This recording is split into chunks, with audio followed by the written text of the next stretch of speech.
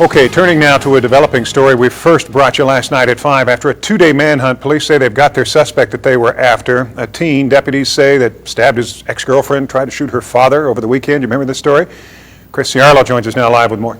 Chris, John Linville, that's the kid. He'd been on the run since Sunday, but police got him. Yeah, Bill, they did. The sheriff's department says they arrested Linville this morning, all thanks to a tip.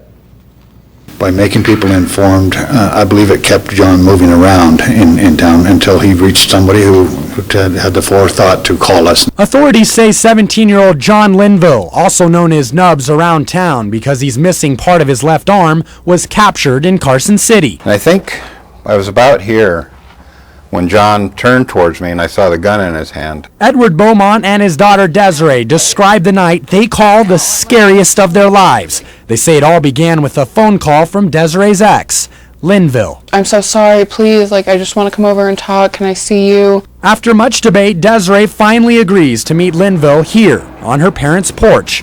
She says her plan was to tell Linville it's time to move on. Because I asked him, can you handle me in your life as just a friend? And he's like, no, I can't. And I was like, well, then this has to be goodbye. Desiree says that's when Linville became angry. And then he reached over and pulled the knife out. And I was like, what are you doing with that?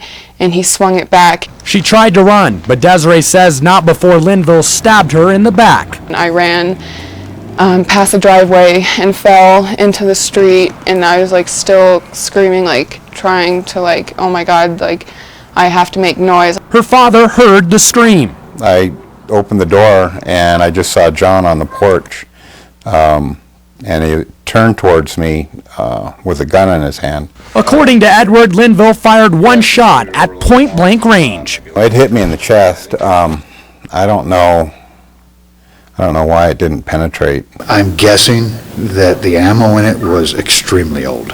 We were there when Desiree and her father got word Linville had been caught.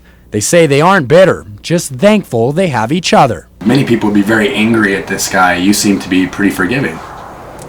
It's the proper thing, absolutely. Yeah, you can't let the anger eat you up. Now the sheriff's office says Linville has a history with police and has been a troublemaker. Authorities say he'll be charged with 1 count of battery with a deadly weapon and 1 count of attempted murder. Covering the developing story live, Chris Ciarlo, Channel 2 News.